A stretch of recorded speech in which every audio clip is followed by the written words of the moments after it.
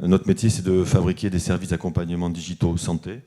On pense que le digital fait partie déjà du parcours de soins du patient. Et à ce titre-là, on propose via les outils et l'ensemble des écrans qui sont à disposition des gens, tout un tas de programmes de coaching personnalisés, contextualisés. On travaille dans l'univers du big data, évidemment. On est capable de faire remonter des données. Enfin voilà, je ne veux pas raconter notre vie, mais donc il y a donc les bons clients et les bons élèves et les moins bons.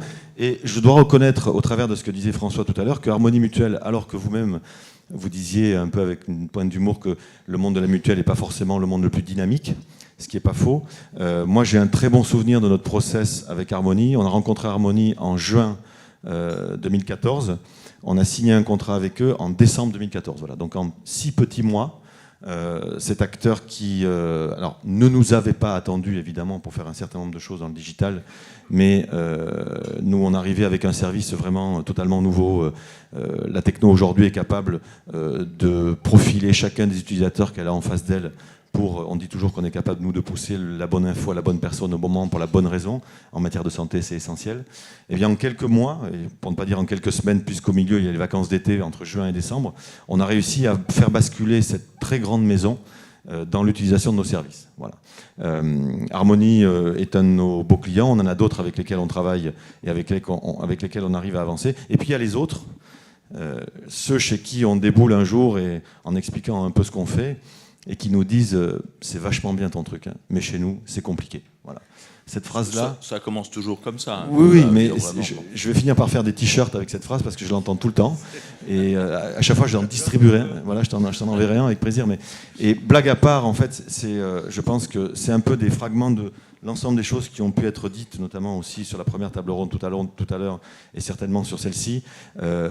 Voilà, cette lenteur. Je ne sais plus qui disait tout à l'heure que la France était un pays d'expérimentation. Voilà, tout le monde veut faire des POC. Pas grand monde... Alors, encore une fois, prenez vraiment ce que je dis avec des pincettes, parce que je pense que si les gens sont là aujourd'hui, c'est qu'ils sont convaincus qu'il faut que tout ça aille un petit peu plus vite.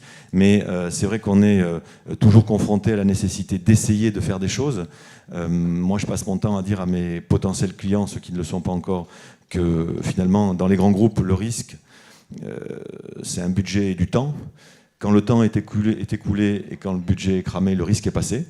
Et il ne se passe pas grand-chose. Voilà. Et nous, on essaie de les accompagner justement sur le chemin du risque. Ils nous demandent toujours d'être capables de prouver que ce qu'on leur propose va fonctionner.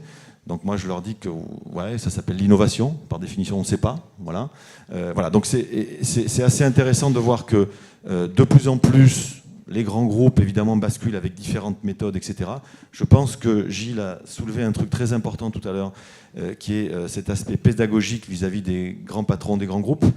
Il y a encore aujourd'hui des grands patrons de grands groupes qui font imprimer leur mail par leur secrétaire.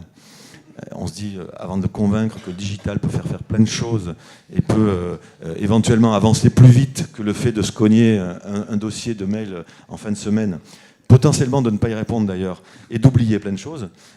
Voilà, donc moi j'ai un avis assez critique et en même temps un message plein d'espoir. On parlait d'automobile tout à l'heure. Henry Ford disait que s'il avait dû écouter les gens autour de lui, il aurait essayé d'inventer un cheval qui va plus vite.